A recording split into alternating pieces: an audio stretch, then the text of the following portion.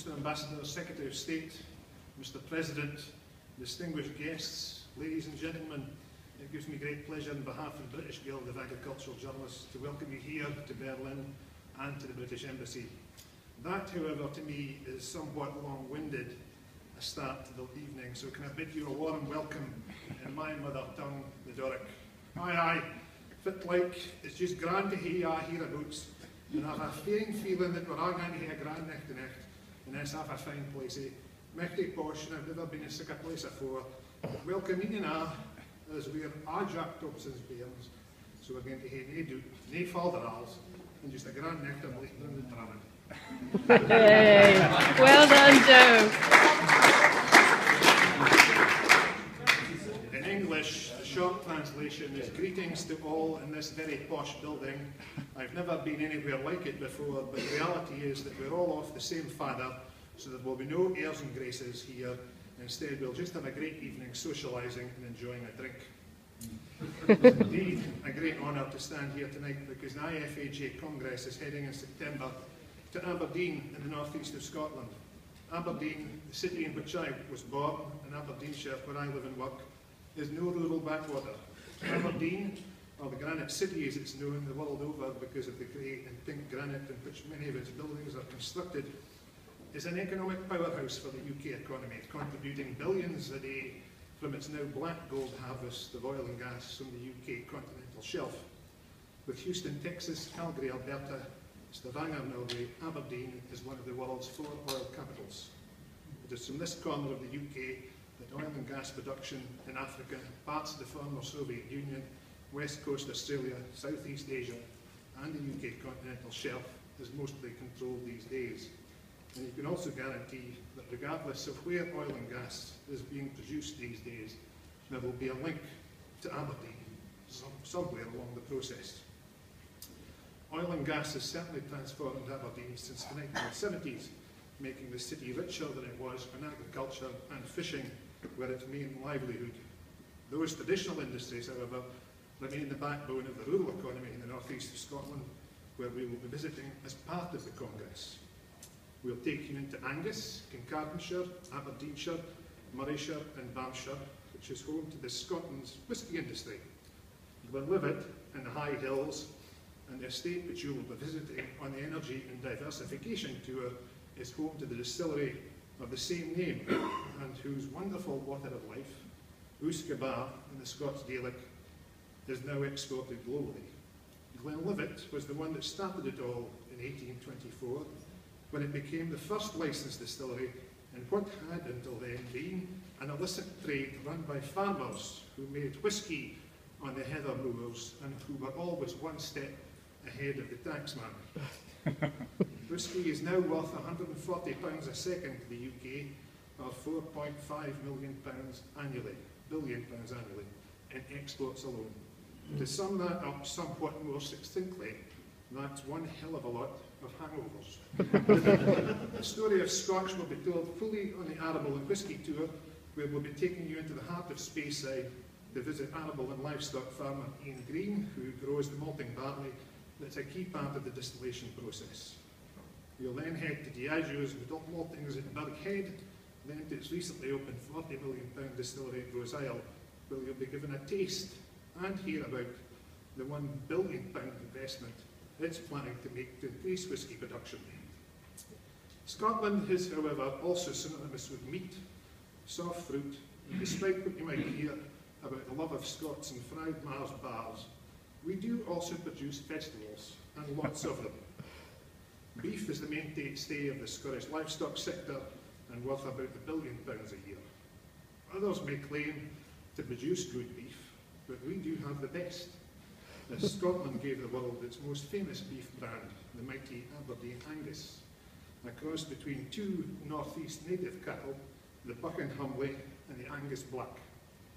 Our red meat tour will take you to a deer farm, a sheep and cattle unit, and to Ballandalloch Castle and estates in the banks of the River Spey, to the oldest Aberdeen Angus herd in the world. Claire Russell now owns that herd that was established by her great-grandfather, Sir George Macpherson Grant, one of the original team of 3 who gave the world Angus beef. You'll meet the Kye, now that's the Doric word for cattle, K-Y-E, and the lady herself, who is the Queen's Lord Lieutenant for Berkshire. You may think Scotland is cold and wet, but we do have wonderful summers, and from those long daylight hours has blossomed a soft fruit sector that is second to none. Our strawberries and raspberries, blackcurrants and blackberries are known the world over for their sweetness. We'll be taking you to see Ross Mitchell, a former soft fruit grower of the year just south of Aberdeen, and whose innovation knows no bounds. He's producing blueberries and cherries too in the far north. From there you'll head to Angus to meet the McLaren family who grow brassicas for the UK supermarkets. I'm leading the potato and vegetable tour, which will see us visit an entrepreneurial young farmer who is now exporting oilseed rape oil from around the world from his farm in Buchan. We're then off to my hometown of Turriff to meet my pal and school chum Philip Denzi, who grows more than 1,000 acres of potatoes as well as hundreds of acres of carrots. He's the main grower in the UK of Rooster, a potato variety that's taken the UK by storm over the last decade and whose sales have gone from zero to more than £60 million a year. Rooster's owner, the Scottish potato processor Albert Bartlett, has already taken Rooster to the Netherlands, Luxembourg, Belgium and the Czech Republic, and it's now being sold in 4,000 Walmart stores across the US, and there are plans to launch it in France and Canada this year too. There will be Highland cattle on my tour, those most distinctive of beasts with their shaggy coats and long horns. We'll be eating part of one for lunch and letting you savour what is one of the most flavoursome meats that you can imagine. The afternoon will be spent learning about turnips, and that neeps in my native tongue. Neeps are a vegetable. Neeps in Doric also means idiot, so you've got to be careful in which connotation you use the word neep. And then we'll be to carrots at Maxwell Farms, another Turriff-based farming business, but whose roots are further north in the islands of Orkney. Peter Maxwell's farming operations these days extend well beyond Aberdeenshire into Estonia, where he runs a much larger enterprise. But if it's scenery that you crave, then you must book the diversification, forestry and renewable tour.